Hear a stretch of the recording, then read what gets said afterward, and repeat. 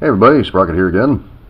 So, as you can see, pulled the fender back off the Skylark here. And what I did was this contour, where am I? Oh, way off.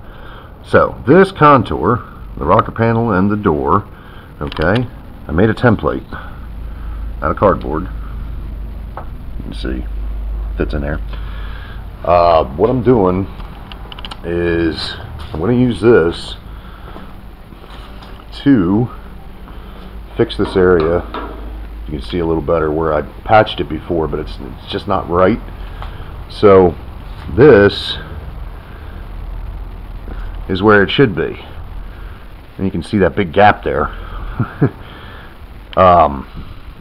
Yeah, contour's all wrong, so that's why, like I said, I got to cut this apart and fix it. So basically what I'm going to do is cut my patching out of here, most of it anyway, cut the lines where I got them. I got to basically reshape all of this with probably hammer dolly, that kind of thing, to get it to match that contour. So like I said, I got to redo this. This was a couple of years ago I did this. Like I said, I've learned a lot since then, so that's what I'm working on right now. This side here ain't bad. The problem is over here. Like I said, these contours in here, there's supposed to be a downward curve there, and then it basically goes the other direction, which you can kind of see here. Curves like that. That's the curve I'm trying to get back here, but it also needs to translate pretty much across. So yeah, not easy when you don't have fancy tools like an English roller and, you know, and stuff like that. So I'm just doing it with a hammer and blocks of wood and dollies, things of that kind of nature. So I'll bring you back when I got some more done.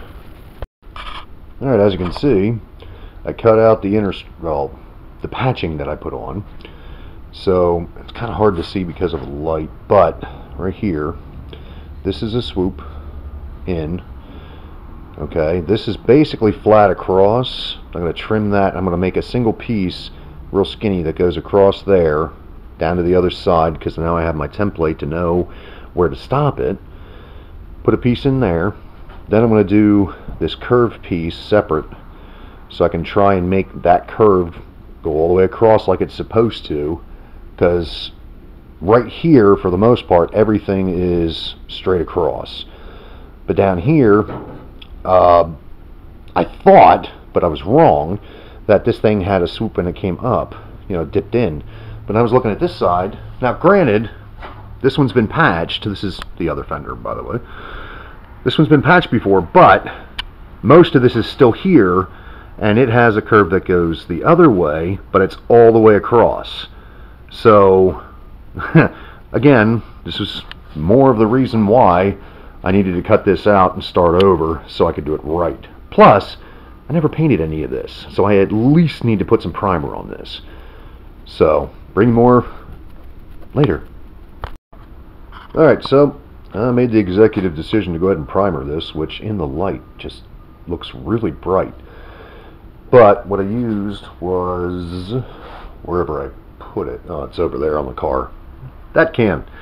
It's a primer sealer. So put a couple of coats on this, give it a nice coverage. So that's basically going to be it for today, until I got to let that dry, because I don't have any more welding to do on the inside here. But with this overspray, I'm going to clean that back off, so that way it doesn't interfere with my welding. But yeah, as far as actually getting more welding done, I'm pretty much, like I said, I made the decision to paint this because I did not before. So that means it's going to take more time because I got to let it dry. And because, you know, I don't want it to rot out again, at least not anytime soon. Not in my lifetime. We'll put it that way. Car's been around for, you know, 40 years, so actually more than that. Well, anyway, I want it to last another 40 years, but whether I still have it at that point, whether I'm even still alive, who knows? So that's going to be it for today, but not it for this video. Alright, so as you can see, I got pretty much all my pieces put back on here. I had to make some new ones, but for the most part I just reused the old ones that I started with. You can see a little strip there, this piece here. For me it was easier. It's a lot more welding, but it was easier to make that curve. And then of course, like I said, down here there's also a curve, which unfortunately ended up flattening out on me anyway, so it's gonna be what it's gonna be. I'm just gonna weld it up, grind it down, paint it, call it good, because I ain't bondoing it. But I also made a side cap, which is kind of hard to see because of the light. Oh hey, that helps. But made a little cap for the side, so I made that out of a separate piece. I already started stitch welding it in. You can see some of my welds there. Basically I'm just dancing around, you know, jumping around. That way I don't overheat one section of it, because this stuff warps so fast and so easy. So you just basically take your time, jump around. So that's what I'm doing. I don't know how much more of this I'm going to get done this weekend, but, well, this is Monday. It's my weekend. But either way, I'll show you more. Yeah, I'll show you more later. Alright, so got everything welded up.